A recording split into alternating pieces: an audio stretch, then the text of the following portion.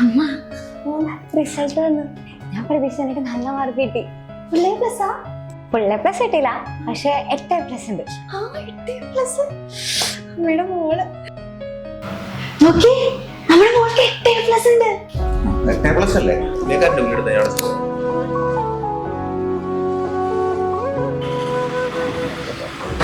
ശരിടാ, ഞാൻ പോയേ. എനിക്ക് കുറച്ചുണ്ട് വർത്താനം മാറ്റുക. അല്ലടാ, ഇന്ന് മോന്റെ റിസൾട്ട് വന്ന ദിവസം അവൻ പാസ്സായടാ. അവന് എന്തെങ്കിലും ഗിഫ്റ്റ് വാങ്ങിക്കൊടുക്കണ്ടേ? ഓക്കെ.